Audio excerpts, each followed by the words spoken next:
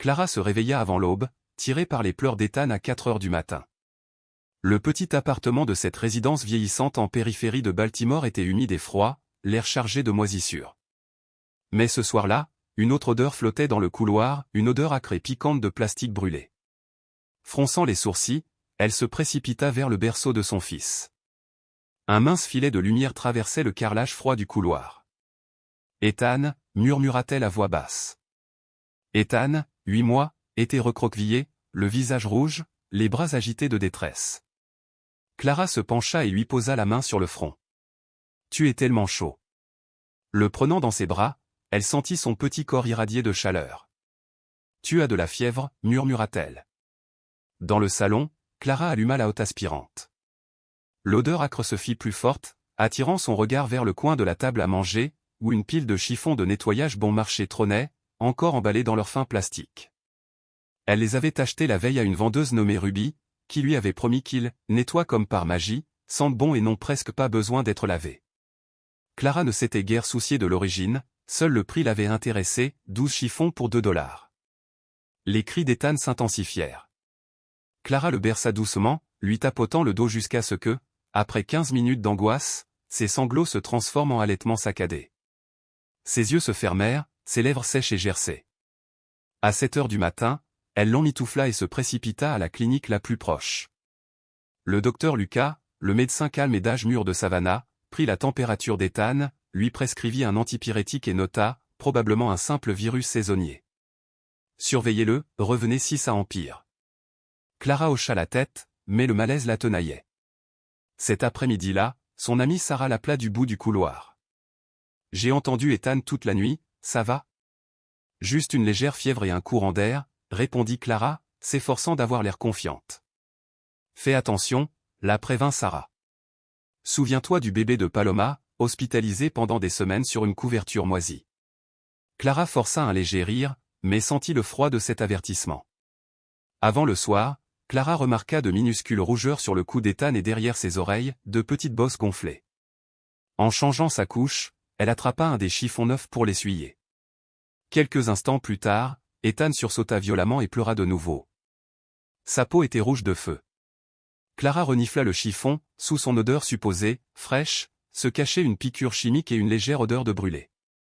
Ni ingrédient, ni marque, ni facture. La panique la serrait.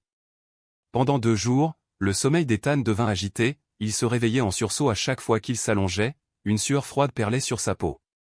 Clara passait ses nuits à arpenter l'appartement silencieux, le serrant contre elle. Le sac de lingettes restait sous l'évier, intact, sauf sous son regard méfiant. Le 4e soir, la crise éclata. Ethan était pris d'une forte fièvre, le visage rouge vif, la respiration difficile, les yeux vitreux. « C'est terrible », murmura Clara. Enfilant son manteau, elle l'enveloppa dans une fine couverture et se précipita dehors pour héler un taxi jusqu'aux urgences de l'hôpital général Mercy. Là, le docteur Elizabeth, une femme concentrée en tenue d'hôpital, guidait les infirmières tandis qu'elles installaient les moniteurs et commençaient les perfusions. Clara tremblait.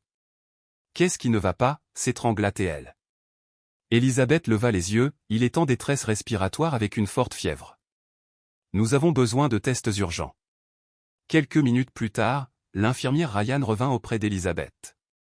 Leur regard prudent en disait plus que des mots. Elizabeth s'agenouilla devant Clara. « Avez-vous utilisé des produits chimiques près du bébé? Des nettoyants pour sol, des sprays ?» Clara secoua la tête. Seulement ces chiffons de Sunset Market. Le regard d'Elizabeth se durcit. « Nous suspectons une exposition toxique. Nous allons faire des analyses de sang et de foie. » Clara sentit son monde basculer. « Toxique? Mais je les ai achetés uniquement parce qu'ils étaient bon marché, je n'en avais aucune idée. » Elizabeth posa une main ferme sur son épaule. « Calme-toi. On fait tout ce qu'on peut. » Quelques heures plus tard, à 3 heures du matin, Clara était assise sur une chaise en plastique dure devant les urgences, la faim et la peur la tenaillant au ventre. Lorsqu'Elizabeth est sortie, son visage était grave. « Nous avons identifié une intoxication au phénol, avec des traces d'ammonium quaternaire des produits chimiques présents dans les nettoyants industriels. Son foie présente des lésions précoces. Nous devons l'isoler et le surveiller de près. » Les genoux de Clara fléchirent. Comment cela a-t-il pu arriver, murmura-t-elle, les larmes aux yeux. Le ton doux mais ferme d'Elisabeth trahit son désespoir, ces substances ne doivent jamais toucher la peau, surtout celle d'un bébé. Nous le protégerons.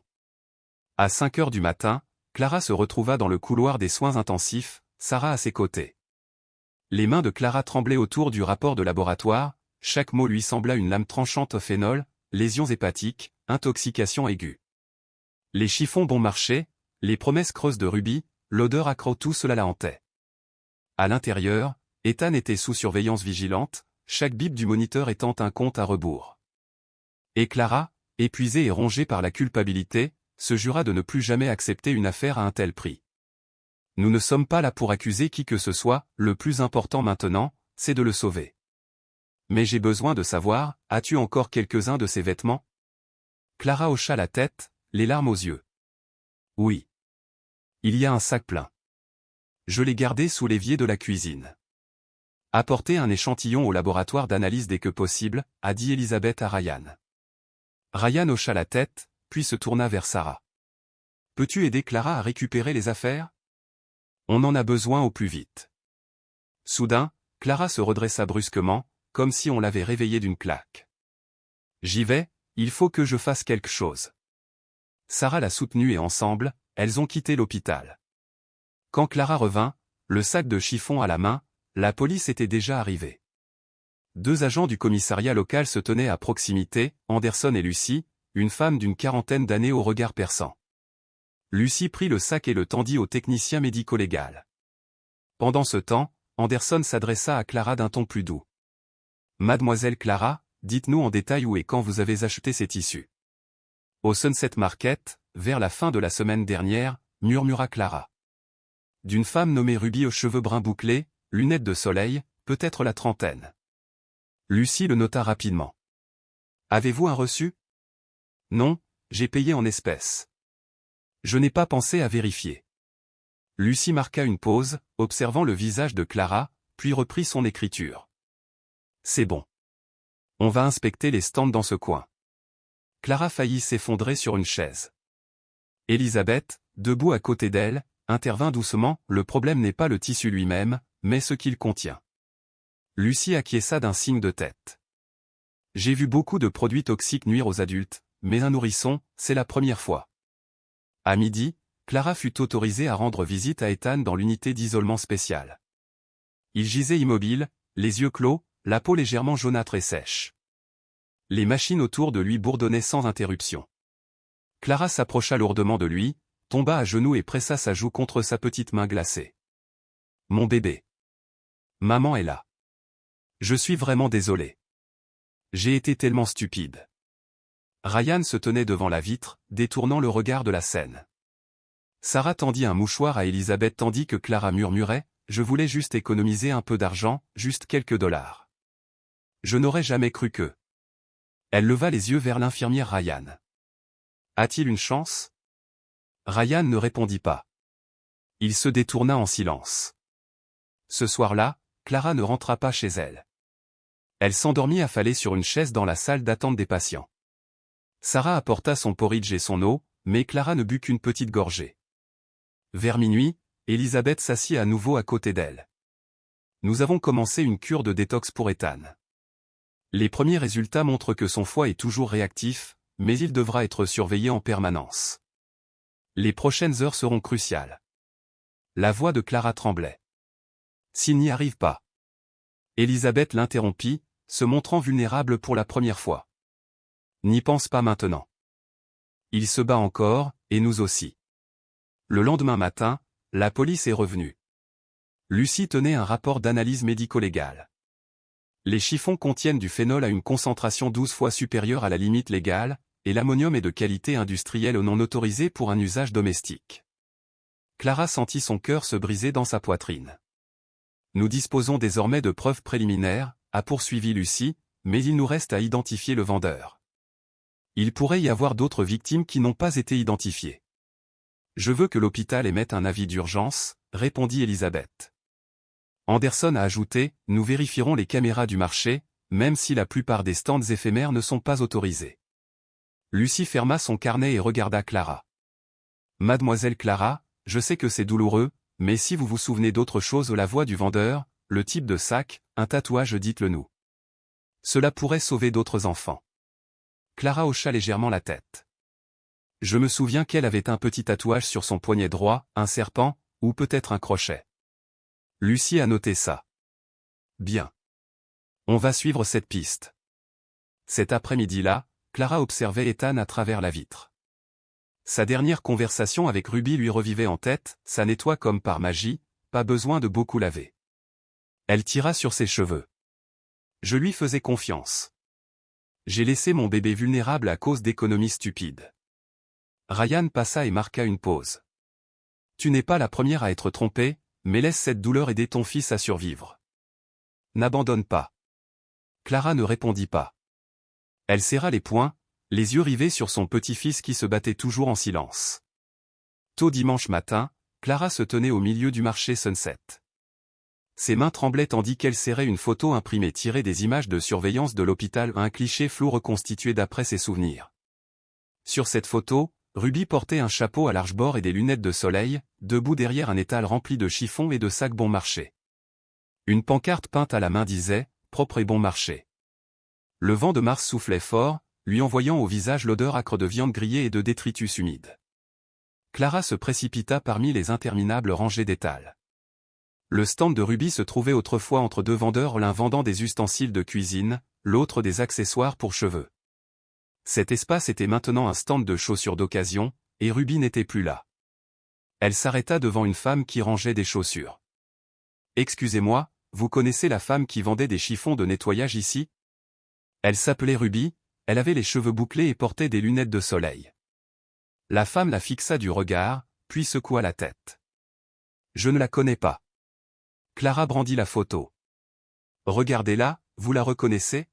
« Non. Ça doit être quelqu'un d'autre. »« Depuis combien de temps vendez-vous ici ?» insista Clara. « 10 ans, mais je ne me mêle pas des affaires des autres. » La réponse frappa Clara d'un coup. Elle se dirigea vers le stand suivant où un vieil homme nommé Steven comptait l'argent. « Monsieur, avez-vous vu cette femme ? Elle vendait des tissus industriels ici ?» Steven jeta un coup d'œil à la photo, puis fit un signe de la main dédaigneux. « Aucune idée. Beaucoup de vendeurs vont et viennent, personne ne connaît vraiment personne ici. » Elle avait un tatouage de serpent sur le poignet droit.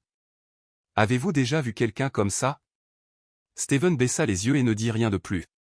Clara recula, serrant la photo à deux mains. Ses jambes s'alourdirent, sa vision se brouilla de désespoir. Elle avait espéré que quelqu'un reconnaîtrait Ruby, que quelqu'un l'aiderait à démasquer la femme qui avait empoisonné son enfant, mais tout le monde l'évitait, tout le monde gardait le silence. Sarah a appelé juste au moment où Clara était assise sur le trottoir au bord de la route. « As-tu trouvé quelque chose ? » « Non. Personne ne dira un mot. Je ne comprends pas pourquoi. » Sarah marqua une pause, puis soupira. Peut-être qu'ils ont peur de s'impliquer.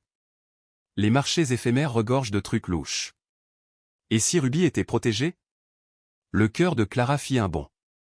Oui, c'était bien ça, la peur.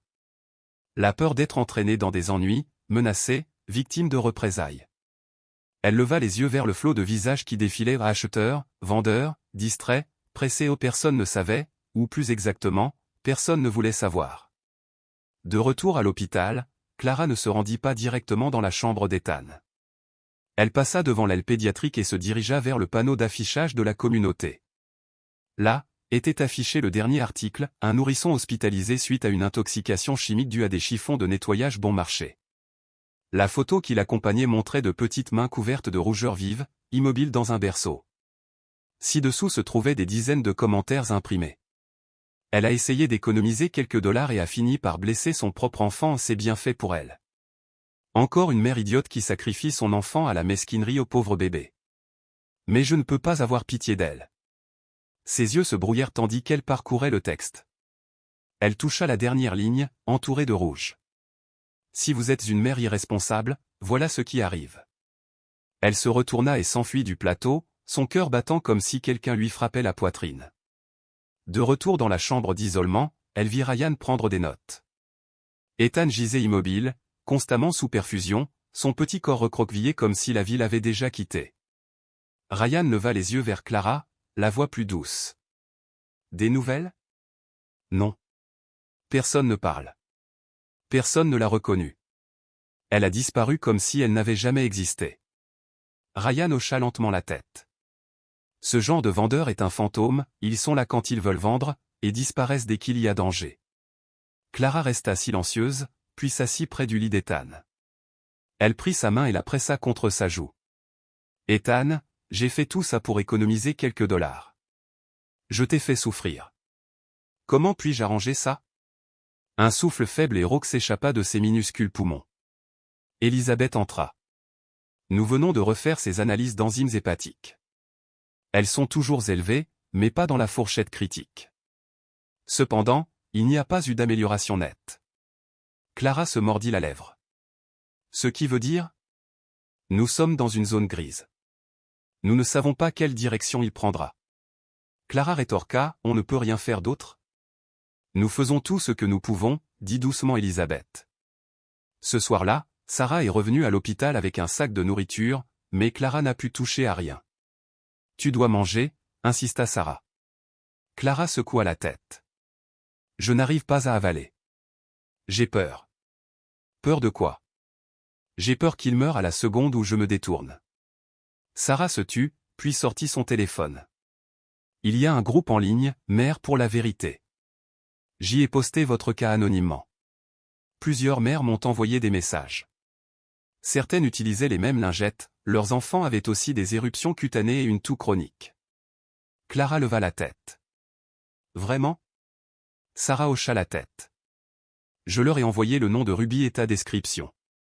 Peut-être que l'un d'eux pourra nous aider à la retrouver.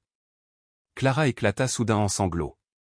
Si j'avais parlé plus tôt, si je n'étais pas restée silencieuse, personne ne parle quand on est acculé. Clara, mais maintenant tu peux crier, la réconforta Sarah. La nuit tomba. L'hôpital était aussi silencieux qu'une chapelle abandonnée. Clara était assise, écrivant dans le petit carnet que Sarah avait apporté. Les lignes tremblantes et irrégulières remplissaient la page. J'ai cru aux vêtements bon marché. J'ai cru aux arguments commerciaux. J'ai cru à la commodité où est maintenant mon enfant Gila, immobile, telle une ombre. Je suis sa mère, et c'est à cause de moi qu'il est brisé. Elle s'arrêta, se couvrant la bouche pour étouffer un sanglot. Dans son sommeil épuisé, Clara rêvait d'Ethan se reposant dans ses bras, souriant et en bonne santé, mais alors qu'elle s'approchait pour toucher son visage, il se brisa comme une bulle de savon. Le lendemain matin, Elisabeth arriva avec une enveloppe. Nous avons reçu un message des réseaux sociaux. Une femme nommée Teresa Morgan, de Charleston, raconte avoir acheté des vêtements à une personne correspondant à votre description. Clara sursauta. Avait-elle un nom? Non. Mais elle a sauvegardé une photo des produits. La vendeuse avait un tatouage de serpent sur le poignet. Clara serra les poings. C'est Ruby, c'est elle. Elisabeth hocha la tête. J'ai déjà transmis l'information à la police de Baltimore. Clara regarda vers la chambre d'isolement où Ethan gisait toujours immobile. Tout le monde autour de lui s'activait, infirmière, médecin, machine surveillance et constante, mais à l'intérieur de Clara, seul le silence régnait. Une question tournait dans son esprit, et mon fils? Le premier bruit que Clara entendit à son réveil sur le banc d'hôpital fut le goutte-à-goutte régulier de la perfusion. Elle se redressa et regarda à travers la vitre de la chambre d'isolement. Ethan était toujours immobile, son corps fragile enveloppé de tubes et de fils. La nuit précédente, il avait eu une légère fièvre, moins forte qu'avant, mais ses yeux restaient clos, sa peau pâle, l'éruption cutanée sur son cou d'un violet pâle. Les médecins n'avaient rien dit de nouveau, pas de progrès, mais pas de détérioration. La zone d'attente, la zone la plus sombre. Ryan entra, tenant un rapport de laboratoire fraîchement imprimé. Les enzymes hépatiques ont légèrement baissé, mais restent au-dessus du seuil critique. Il le tendit à Clara. Clara fixait les chiffres, la vue de nouveau floue. Laissez tomber, ou est-ce que ça veut dire qu'il y a de l'espoir? Ryan hésita. L'espoir existe toujours, mais rien n'est encore certain. Elle ne dit rien d'autre, hocha simplement la tête et retourna au verre, assise silencieusement comme une statue. Une jeune infirmière nommée Emma, qui commençait tout juste son service, passa. Elle jeta un coup d'œil à Clara, puis murmura à une collègue à proximité, « Pauvre petite, mais c'est peut-être la faute de cette idiote de mère. » Clara entendit chaque mot. Ses yeux se relevèrent brusquement et elle pivota. « Qu'est-ce que tu viens de dire ?» Sa voix était froide. Emma tressaillit. « Je ne voulais pas, je n'étais pas. » « Alors, qui traites-tu d'idiot ?»« Moi. » Emma resta silencieuse tandis que sa collègue l'entraînait précipitamment.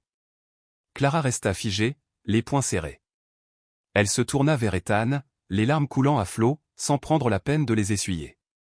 Ryan, l'ayant remarqué de loin, s'est précipité.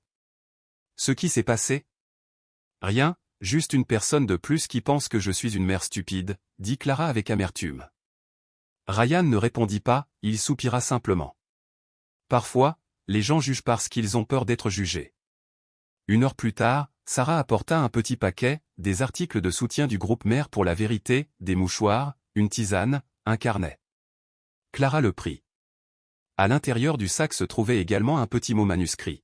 « Même si vous n'êtes pas parfaite, vous êtes toujours une mère et être mère n'a jamais été censé être facile. Lena, maman de 2 prématurés. » Clara serra la note, sentant une légère chaleur alors que quelque chose de fragile et de fugace effleurait son cœur qui se serrait. Puis son téléphone vibra une notification sur les réseaux sociaux. La publication concernant l'affaire Ethan était devenue virale. Quelqu'un avait découvert l'identité de Clara et même retrouvé ses anciens comptes personnels. Une vague de réactions négatives déferla. « Tu as cherché ça toi-même, maintenant tu veux jouer les victimes. Si vous ne pouvez pas vous permettre d'avoir des enfants, n'en ayez pas. Des vêtements à $2 pour un nouveau-né, tu es stupide. Si ce bébé meurt, peut-être que cela servira de leçon à tous les chasseurs de bonnes affaires. » Commentaire de The Perfect Mother 92. Clara halta comme si on lui avait donné un violent coup de pied dans la poitrine. Elle fourra son téléphone dans son sac, se releva d'un bond et se précipita dans le couloir. Le couloir s'étendait devant elle tandis que Sarah dépassait en courant des rangées de pièces silencieuses et débouchait sur le balcon du 2e étage, un endroit où peu de gens s'aventuraient. Ses mains tremblaient violemment et sa tête lançait comme si elle allait éclater. « Clara, où vas-tu » appela Sarah, sa voix se réchauffant dans l'air nocturne. Clara se retourna, les larmes ruisselant sur ses joues. « S'il meurt, je jure que je partirai avec lui. » Sarah se figea. « Ne dis pas ça. »« Je n'en peux plus, Sarah, » haleta Clara, la voix tremblante. « Je ne mange pas. Je ne dors pas. Chaque mot qu'ils me lancent me fait l'effet d'un couteau, ils ne savent rien, et pourtant ils parlent comme si j'étais une meurtrière. » S'approchant, Sarah agrippa les épaules de son amie. « Ces gens ne comptent pas. Seul le bébé compte, seul Ethan. Tu dois rester debout pour lui. » Clara s'effondra contre l'épaule de Sarah en sanglotant. Mais il refuse d'ouvrir les yeux. Il ne bouge pas, comme s'il s'éloignait à chaque seconde. Cette nuit-là, Clara écrivit à nouveau dans son journal. L'encre des pages précédentes était déjà floue. « Mon enfant. J'ai lu ce qu'ils disent. Ils me traitent de stupide, de radine, de tueur. Ils ont peut-être raison. Mais si tu pars, je n'ai plus besoin d'exister non plus. Je ne suis ni talentueuse ni riche, mais je t'aime plus que tout. Je ne peux pas me pardonner, et si tu pars, je partirai avec toi. » D'accord. Le lendemain matin, Ryan annonça qu'ils allaient intensifier la désintoxication d'Ethan avec une nouvelle thérapie, sa chimie sanguine étant toujours instable. Clara acquiesça sans poser de questions, elle n'avait plus la force de faire autre chose. En quittant l'unité de soins, elle aperçut Emma, la jeune infirmière de la veille, portant un plateau de médicaments. Emma hésita, puis s'approcha. « Mademoiselle Clara. Je suis désolée pour hier. Je n'aurais pas dû dire ça. » Clara resta silencieuse. La voix d'Emma tremblait. « J'avais une petite sœur. Elle est morte après que notre mère l'a oubliée dans la voiture. Tout le monde maudissait ma mère, mais je sais qu'elle a entendu 1000 fois pire. » Clara murmura, « Je comprends. » Ils restèrent ensemble en silence avant qu'Emma ne murmure, « Je prendrai soin d'Ethan comme s'il était ma sœur. » À midi, les réseaux sociaux s'étaient à nouveau enflammés, mais cette fois pour défendre Clara. Un message de mère pour la vérité disait, « Être mère n'est pas synonyme de toute puissance. » Bientôt, d'autres mères ont partagé leurs propres erreurs, acheté du lait maternisé de mauvaise qualité, laissé tomber un enfant, oublié les dates de péremption. Un commentaire épinglé déclarait, « On ne naît pas mère. L'amour et l'apprentissage font de nous de vraies mères, et quand l'une d'entre nous ose se lever et admettre ses erreurs, elle n'est pas stupide, elle est courageuse. Les lèvres de Clara tremblaient tandis qu'elle lisait. Puis elle ferma doucement son téléphone. Aucun mot ne pouvait apaiser son cœur. Une seule chose comptait, attendre qu'Ethan se réveille. Jusque-là, tout restait nuit. Mercredi, 11 jours après l'admission d'Ethan. Clara descendit du bus à Valdosta, une ville à près de 3 heures de Baltimore. Ses jambes étaient engourdies après le trajet, mais son regard brillait de détermination. Serrant son sac à main, elle sentit le poids de ses dernières preuves, une photo imprimée de Ruby, une copie de l'ordonnance d'Ethan et l'un des chiffons, la preuve ultime de sa plus grande erreur. Un tuyau d'une autre mère l'avait conduite ici. Ruby, semblait-il, vendait ces mêmes vêtements au Jefferson Open Market, à la périphérie de Valdosta, un dédale tentaculaire d'étal flottant où personne ne vérifiait les permis. Sous le soleil brûlant de midi, le marché empestait les épices, le tissu et le métal. Clara se faufila d'une allée à l'autre jusqu'à se figer, derrière un stand de vêtements California qui se dressait un petit stand garni de chiffons, de balais et de lessives en tout genre. La femme qui empilait les chiffons gardait la tête basse, ses boucles brunes emmêlées, d'énormes lunettes de soleil dissimulaient son visage, un tatouage de serpent s'enroulant autour de son poignet. C'était Ruby. Le cœur battant, Clara s'efforça de calmer sa voix. « Madame, combien coûtent ces vêtements ?» Ruby leva les yeux et sourit faiblement, ne la reconnaissant pas au premier abord. « 3 pour $1 pas cher et super propre, ma chérie. » Clara hocha la tête et sortit son téléphone. « Je peux les utiliser sur un nouveau-né ?»« Bien sûr. Je les utilise tout le temps sur mon neveu, ils sont doux et n'ont presque pas besoin d'être lavés. » La main de Clara se serra plus fort autour de son sac.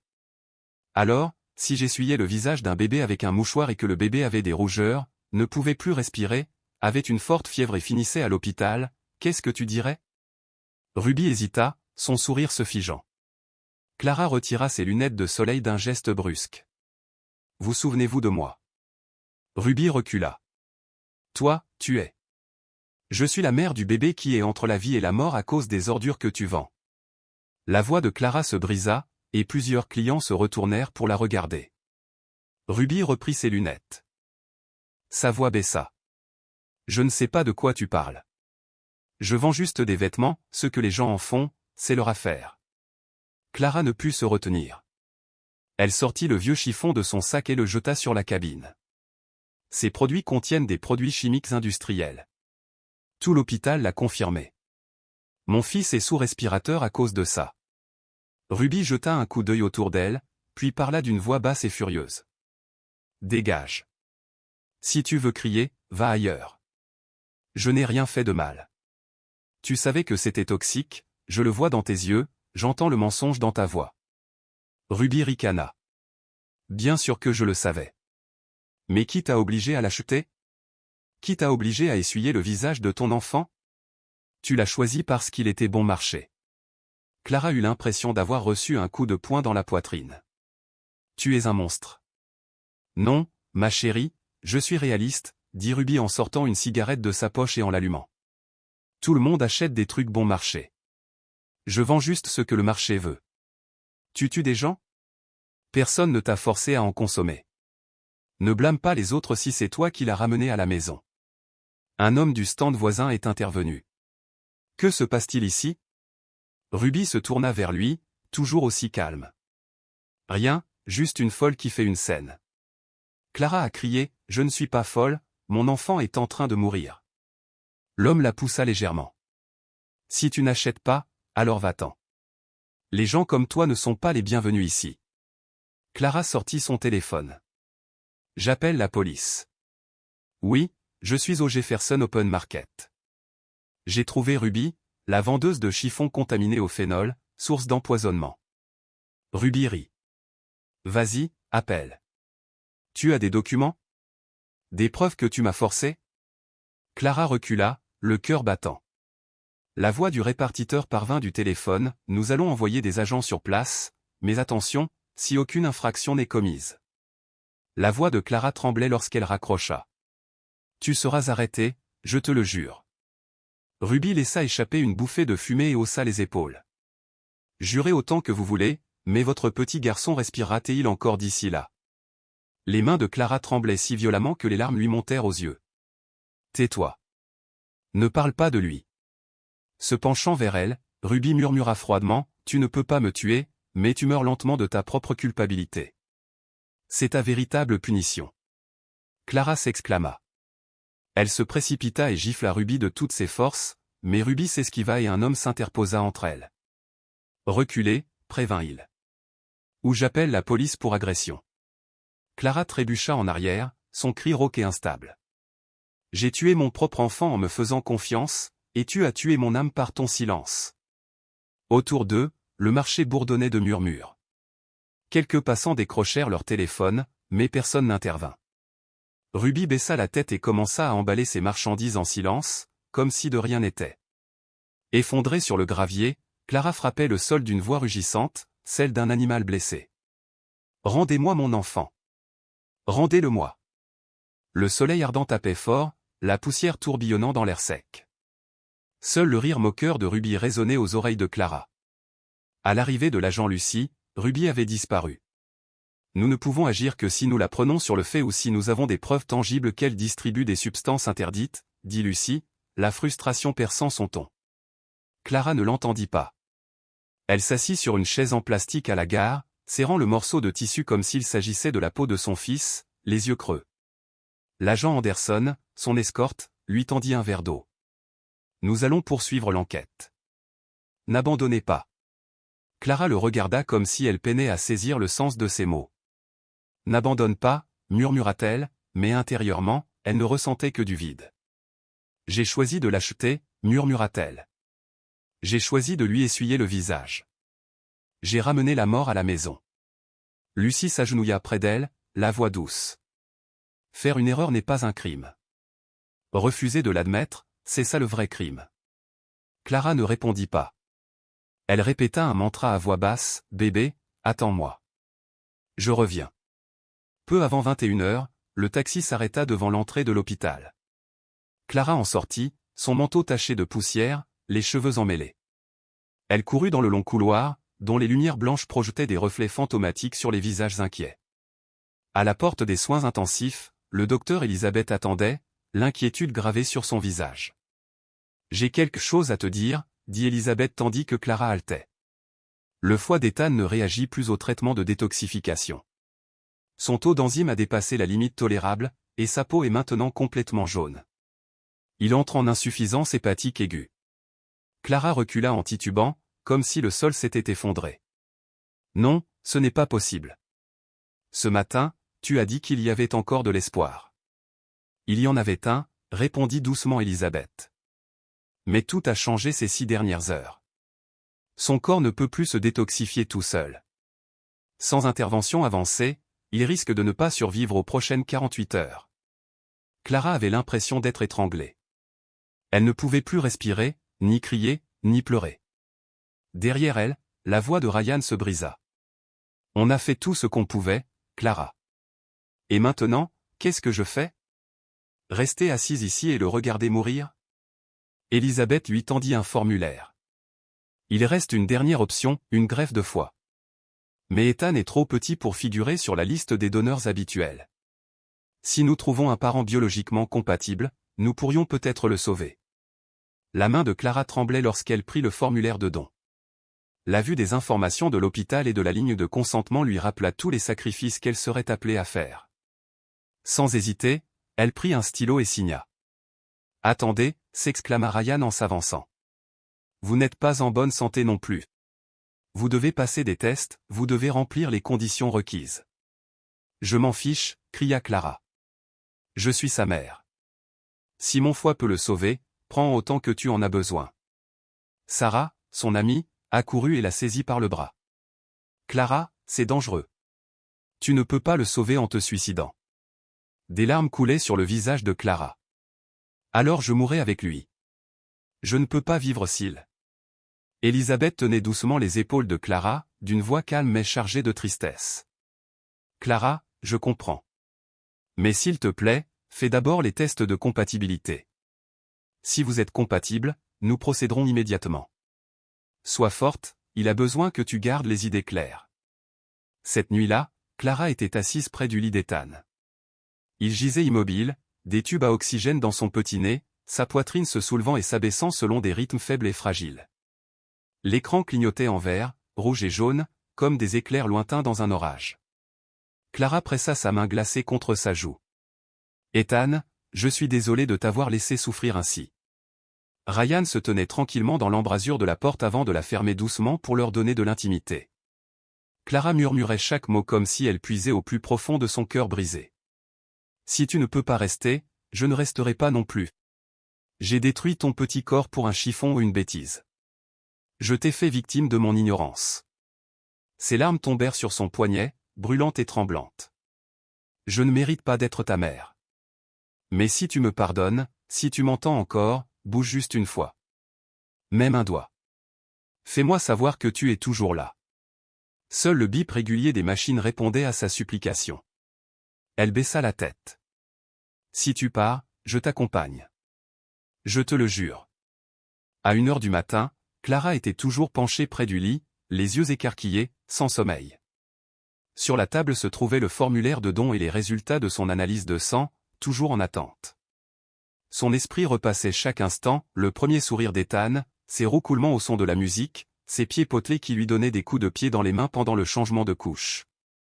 Elisabeth intervint et posa doucement la main sur l'épaule de Clara. « Nous aurons les résultats de compatibilité dans quelques heures. Il reste encore du temps, mais pas beaucoup. » Clara hocha faiblement la tête, le cœur suspendu entre espoir et désespoir. « Avez-vous déjà perdu un patient ?» murmura-t-elle. Elle a demandé, et Elisabeth a été prise au dépourvu. « Oui, et qu'est-ce que ça fait ?» insista Clara d'une voix douce mais insistante. « C'est comme si on m'arrachait un morceau de cœur, » répondit Elisabeth, les lèvres tremblantes. Clara se pencha plus près. « Alors, si Ethan était ton enfant, que ferais-tu » Elisabeth s'affala sur le bord du lit, silencieuse un instant. Lorsqu'elle parla, sa voix était douce mais ferme. « Je lui dirai combien je l'aime, qu'il l'entende ou non. » Clara écarta une mèche de cheveux du front d'Ethan et y déposa un tendre baiser. « Mon amour, si ton âme erre encore, s'il reste la moindre étincelle dans ton cœur, reviens à moi, ne serait-ce qu'en rêve. » Sa main ne quitta pas la sienne, la serrant comme si sa seule prise pouvait le ramener. Les larmes étranglèrent sa voix. « Je n'ai plus rien, plus d'honneur, plus d'amis. Personne ne croit que je mérite d'être mère. Mais toi, je t'ai. Je t'avais. » Ses mots se brisèrent, noyés par le chagrin. J'ai anéanti le seul espoir que j'ai jamais eu par ma propre ignorance. Au bout du couloir, les lumières s'éteignirent. La pluie commença à crépiter contre les fenêtres de la salle d'attente, où Sarah était assise, affalée contre le mur. Ryan s'approcha, une tasse de café chaud à la main. « Sarah, est-ce qu'elle va bien » murmura-t-il. « Elle attend la mort » murmura Sarah, les yeux creux. « Soit son bébé meurt, soit elle meurt. » Ryan hocha gravement la tête. « J'ai vu beaucoup de parents commettre des erreurs, mais aucun n'en assume autant la responsabilité qu'elle. J'espère que ce petit foie est compatible, » murmura Sarah. Ryan regarda vers la chambre d'isolement. « Il faut attendre.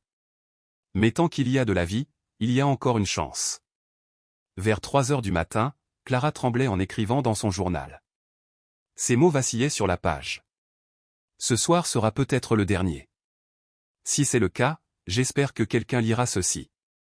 Je t'aime, Ethan, plus que tout ce que j'ai jamais connu. S'il y a une autre vie, j'espère pouvoir encore être ta mère, seulement, la prochaine fois, je saurai mieux prendre soin de toi. » Une larme tomba sur la page. Clara posa son stylo et enfouit son visage dans la petite main de son fils, s'accrochant à la douce chaleur de la vie. À 3h47, la pluie tambourinait sans relâche sur le toit en tôle de l'hôpital, comme des doigts tapotant sur le couvercle d'un cercueil inachevé. Clara n'avait pas dormi, ses paupières étaient gonflées, sa gorge sèche. Ethan gisait immobile, soutenu seulement par les faibles bips et bourdonnements des appareils de réanimation. Elle murmura de nouveau, la voix rauque, « Maman est là. Maman est là. Je suis désolée. » Ses doigts restèrent entrelacés avec les siens, essayant désespérément d'absorber la moindre étincelle de vie. Ryan entra avec des nouvelles et un verre d'eau. Son visage était grave. « Les résultats des analyses sont tombés, votre foie est compatible. » Les yeux de Clara s'ouvrirent brusquement, s'illuminant de résolution plutôt que d'espoir. « Quand est l'opération » Il nous faut l'approbation du conseil d'administration et les documents légaux, expliqua Ryan. Si Ethan reste stable quelques heures de plus, nous opérons aujourd'hui. Sinon. Il hésita. Nous perdrons notre chance. Clara hocha la tête et se pencha de nouveau. Tiens bon jusqu'au matin, murmura-t-elle d'une voix brisée. Je te donnerai une partie de mon corps s'il le faut. À minuit, un étrange bip retentit au moniteur. Ryan se précipita pour vérifier les mesures. Clara se tenait debout, le cœur battant. Le rythme cardiaque d'Ethan restait lent, mais le moniteur enregistrait un léger mouvement dans sa main. Clara se serra contre elle. « Ethan, tu as bougé, n'est-ce pas ?» Ryan a appelé le docteur Elizabeth et en quelques secondes, l'équipe de nuit s'est rassemblée. « Réinitialisez les moniteurs de réflexe », ordonna Elizabeth. « Vérifiez s'il y a des contractions spontanées ou une réponse neuronale consciente. » L'infirmière Teresa est allée faire des examens. Jambe gauche, léger réflexe à la stimulation, a-t-elle indiqué, les yeux brillants. Impossible de confirmer si c'est involontaire ou conscient pour l'instant. Clara retint son souffle. Était-ce le signe dont elle avait besoin? Elizabeth fronça les sourcils, concentrée. Tout mouvement après 24 heures d'immobilité est prometteur, mais pas définitif. Clara s'effondra sur la chaise pour la première fois depuis des jours, non pas à cause de la douleur, mais d'autre chose, l'espoir. Ryan lui toucha l'épaule. Reste calme. C'est encore fragile. Non, murmura Clara, la voix tremblante. Je n'espère rien. J'avais juste besoin d'un signe, juste un petit signe. Elizabeth observa Ethan un long moment, puis recula pour que l'équipe puisse continuer à surveiller. Clara resta figée sur place, les yeux écarquillés, dans l'attente. À 5h09, le téléphone de Clara vibra. Elle faillit ne pas répondre, mais lorsqu'elle vit le nom de l'inspectrice Lucie, elle décrocha le combiné. Oui, dit-elle. La voix de Lucie était pressante. Nous avons trouvé un entrepôt à la périphérie d'Albuquerque, plus de 200 cartons de vêtements contaminés par des substances interdites, tous étiquetés comme ceux que vous nous avez apportés. Le cœur de Clara fit un bond. Avez-vous arrêté quelqu'un? Pas encore, répondit Lucie. On suit la piste. L'entrepôt était sous un faux nom, mais des témoins y situent Ruby. Pamela Martin a accepté de témoigner, elle sera protégée. Clara expira d'une voix lointaine. Merci, mais qu'en est-il de mon fils? Le silence s'est prolongé avant que Lucie murmure, nous prions avec vous. Clara posa le téléphone et retourna au chevet d'Ethan. Elle se pencha et murmura, ils vont attraper les méchants, ma puce. Mais ce que je veux avant tout, c'est que tu ouvres les yeux. L'aube se leva, un or pâle se répandant dans la pièce. Sarah arriva avec du café et s'assit à côté de Clara en silence. « As-tu dormi » demanda-t-elle doucement. Clara secoua la tête. Ryan entra. « Mon foie est compatible, s'il s'en sort ce matin, ils programmeront la greffe. » Sarah serra la main de Clara. « Ton garçon est un battant, et toi aussi. » Clara regarda Ethan et murmura, « Tu entends, mon amour ? On t'appelle un combattant, mais je n'ai pas besoin que tu gagnes toutes les guerres. J'ai juste besoin que tu te réveilles. » À 6h14, le petit doigt d'Ethan tressaillit à nouveau. Clara se précipita à ses côtés, tremblante. « Docteur, il a encore bougé » s'écria-t-elle. Le docteur Elizabeth, l'infirmière Teresa et Ryan ont vérifié les moniteurs. Les mesures montraient une légère amélioration, un rythme cardiaque plus régulier et un taux d'oxygène en hausse. « Ethan, bébé, si tu peux m'entendre, essaie d'ouvrir les yeux » murmura Elizabeth, l'espoir brillant dans son regard. Elle prononça ces mots clairement et calmement. Un silence complet s'abattit sur la pièce au 1 seconde, 2 secondes, 5 secondes puis la paupière gauche d'Ethan s'ouvrit, un tout petit peu. Clara s'effondra au sol, la vue brouillée par les larmes, et balbutia, il a ouvert les yeux. Ryan hocha la tête, les yeux rouges, pas encore pleinement conscient de l'espoir, mais conscient de réels progrès. La voix d'Elizabeth trembla lorsqu'elle ajouta, on se prépare pour l'opération aujourd'hui. Dehors, la pluie avait cessé. Des gouttes d'eau scintillaient sur la vitre sous le pâle soleil matinal. Dans la chambre blanche et stérile de l'unité de soins intensifs, un petit garçon avait bougé pour la première fois en 11 jours de coma et une mère, après autant de nuits blanches à mourir intérieurement de culpabilité, venait d'entendre le premier signe de vie de l'enfant qu'elle craignait d'avoir perdu. Clara ne souriait pas, elle restait simplement assise là, caressant les cheveux de son fils et murmurant les seuls mots qui comptaient, toujours en vie, mais pas encore fini. Cet après-midi-là, quelques heures seulement après qu'Ethan eut ouvert les yeux pour la première fois, la greffe de foie eut lieu. Le bloc opératoire fut fermé dès que la compatibilité entre Clara et Ethan fut confirmée. Ryan fut le premier à entrer, rejoignant l'équipe chirurgicale dirigée par le docteur Alison Meyers, chirurgienne pédiatrique renommée pour ses opérations d'organes parmi les plus complexes sur les nourrissons. Clara était allongée sur le brancard, consciente mais silencieuse, elle n'avait pas prononcé un mot depuis la signature du consentement final. Une seule phrase restait gravée dans sa mémoire, « Prends autant de fois que nécessaire, tant que mon fils vivra. » Elisabeth se tenait à ses côtés, lui tenant la main. « Nous ferons tout avec soin et précision. Tu te réveilleras en premier, murmura-t-elle. Quelques heures plus tard, Ethan recevrait la greffe, le temps était compté. Alors que l'anesthésie faisait effet, Clara leva les yeux vers le plafond blanc aveuglant et murmura, « Ethan, ne te rendors pas, reste éveillé et attends-moi. » 11 heures plus tard, Clara se réveilla en salle de réveil, une longue incision traversant son abdomen. Elle souffrait, mais ne se plaignait pas. Sa première question fut, « Où est Ethan ?» Elisabeth, déjà assise près de son lit, hocha la tête avec un sourire le premier depuis des jours. « Le nouveau foie fonctionne, dit-elle. Son corps ne l'a pas rejeté, et les premiers signes de guérison sont très prometteurs. » Clara ne put retenir ses larmes, ses lèvres pâles tremblèrent tandis qu'elle murmurait, « Il est vivant. » Elisabeth lui serra doucement la main. « Il y a encore un long chemin à parcourir, mais c'est une véritable lumière au bout du tunnel. » 3 jours plus tard, Ethan reprit pleinement conscience. Il ouvrit lentement les yeux, scruta la pièce et laissa échapper un léger gémissement.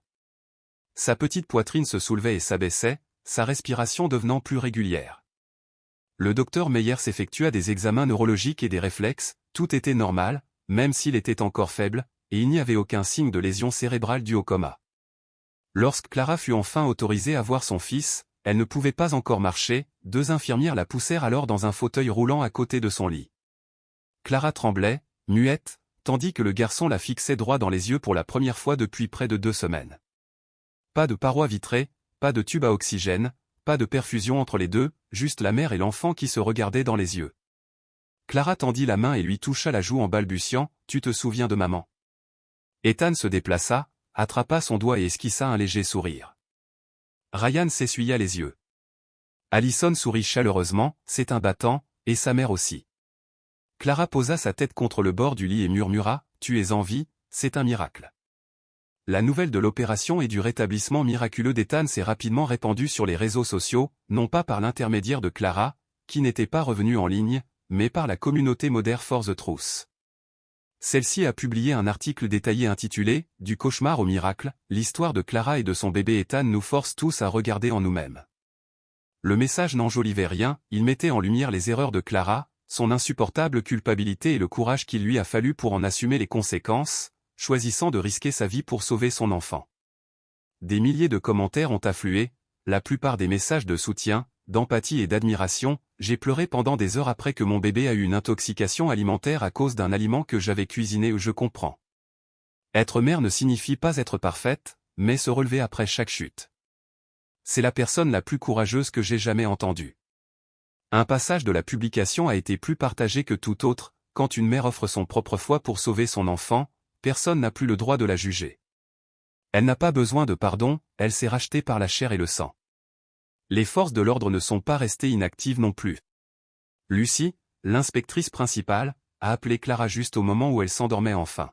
« Désolé pour l'appel tardif, mais je pensais que vous voudriez savoir. » Clara, groggy, a répondu, « Qu'est-ce qu'il y a ? » « Nous avons arrêté Ruby près de la frontière canadienne, » a rapporté Lucie.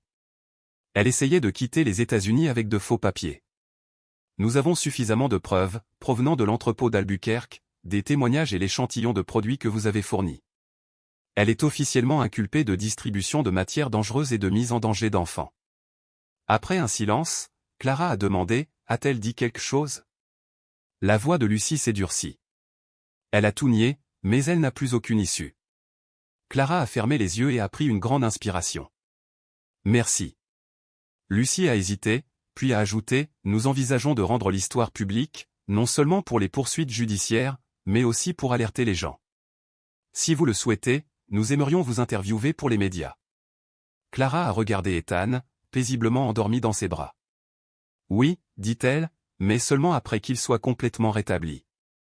Une semaine plus tard, Clara fut transférée des soins intensifs au service de réveil post-opératoire. Ethan était toujours sous surveillance étroite, mais il pouvait désormais boire du lait maternisé tout seul et bouger librement ses bras et ses jambes.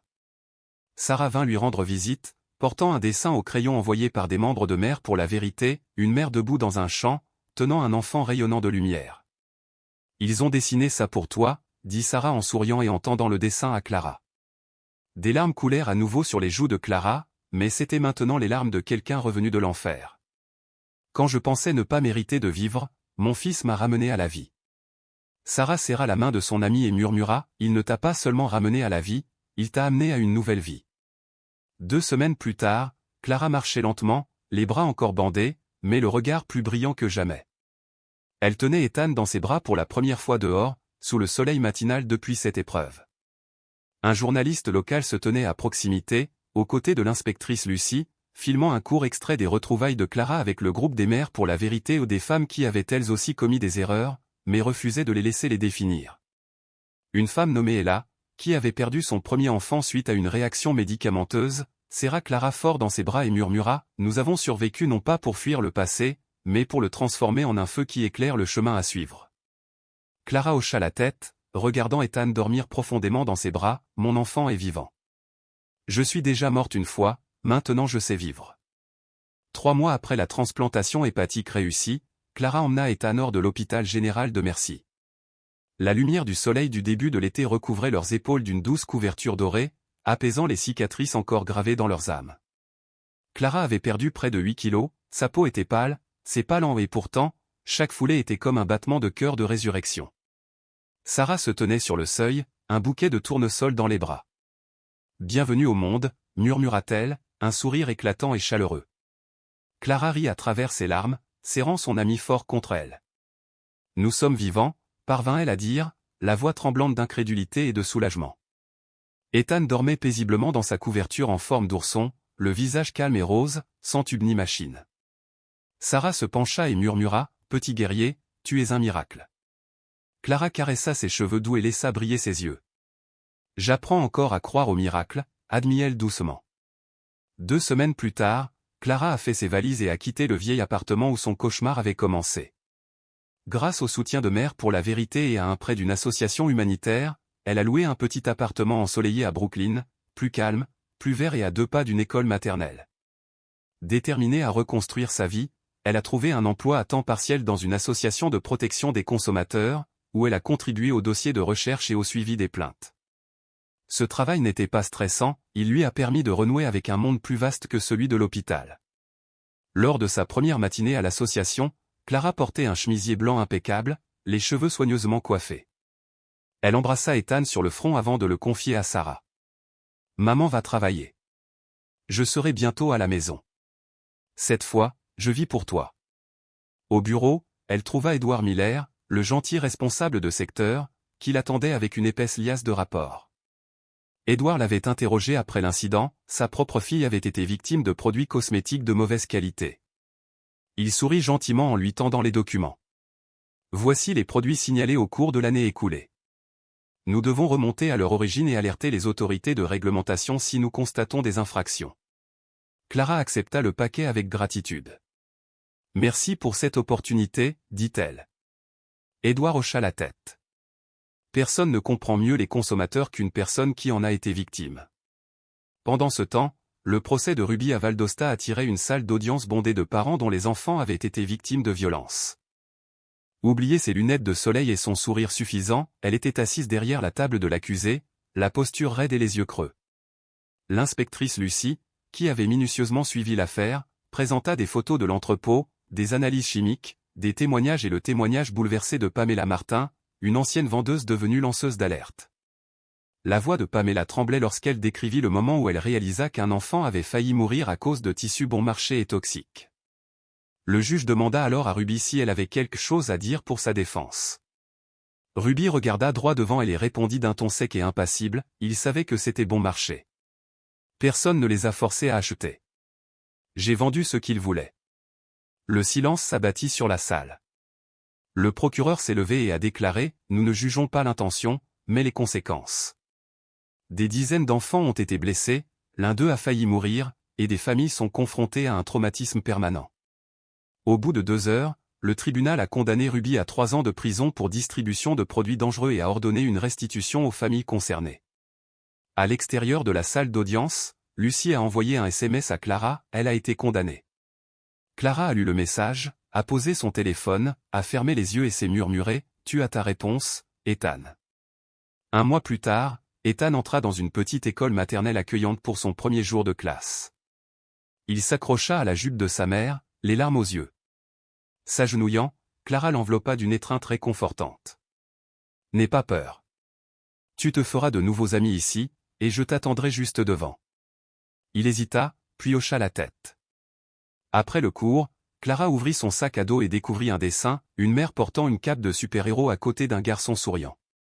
En dessous, on pouvait lire, de la main soignée de l'enseignante, « Maman est mon héroïne ». Clara pressa le papier contre sa poitrine et laissa couler des larmes de joie pour la première fois depuis des mois. Main dans la main, mère et fils déambulaient dans une rue bordée d'arbres. Les passants leur souriaient, personne ne pouvait imaginer l'obscurité qu'ils avaient endurée, ni à quel point Ethan avait failli disparaître. Aujourd'hui, pourtant, seule une vie vive et radieuse subsistait.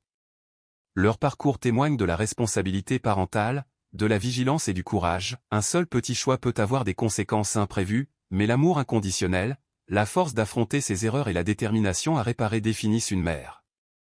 La justice n'est peut-être pas immédiate, mais lorsque nous refusons de nous taire, la vérité éclate. Soyez des consommateurs avisés et des juges compatissants, tout le monde peut trébucher, mais tout le monde ne trouve pas la force de se relever.